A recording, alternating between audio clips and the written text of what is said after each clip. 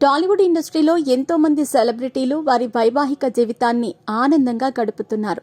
అదే సమయంలో కొంతమంది పెళ్లి చేసుకుని కొంతకాలానికి విడిపోయి ఆ తర్వాత రెండో పెళ్లి చేసుకున్న వాళ్ళు కూడా ఉన్నారు. ఆ సెలబ్రిటీలు ఎవరో ఈ స్టోరీలో తెలుసుకుందాం. సీనియర్ ఎన్టీఆర్ నందమూరి తారక రామారావు మొదటగా బసవ తారకం అనే అమ్మాయిని వివాహం చేసుకున్నారు.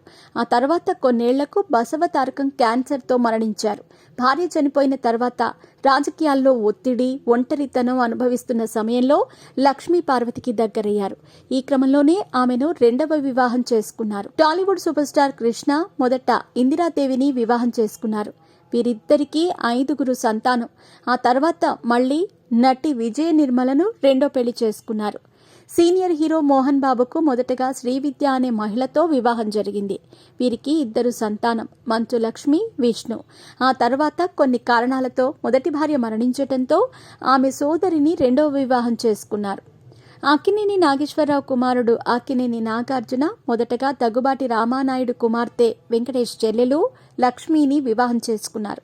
ఆ తర్వాత ఆమెతో విడాకులు తీసుకున్న నాగార్జున నటి అమలను రెండవ వివాహం చేసుకున్నారు. ఇక పవన్ కళ్యాణ్ నందిని అనే అమ్మాయిని మొదటి పెళ్లి చేసుకున్నారు.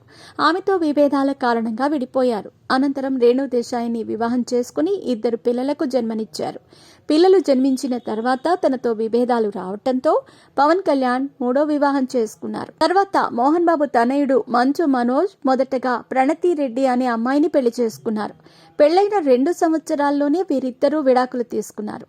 ఆ తర్వాత మనోజ్ రాజకీయ ప్రముఖుడు భూమా నాగిరెడ్డి కుమార్తె భూమా మౌనికను ప్రేమ వివాహం చేసుకున్నారు. అక్కినేని నాగ చైతన్య 2017లో హీరోయిన్ సమంతను ప్రేమించి పెళ్లి చేసుకున్నాడు. ఆ తర్వాత 4 ఏళ్లకు సమంతతో విడాకులు తీసుకుని ఇటీవలే హీరోయిన్ శోభితా ధూళిపాళ్లను రెండో వివాహం చేసుకున్నారు.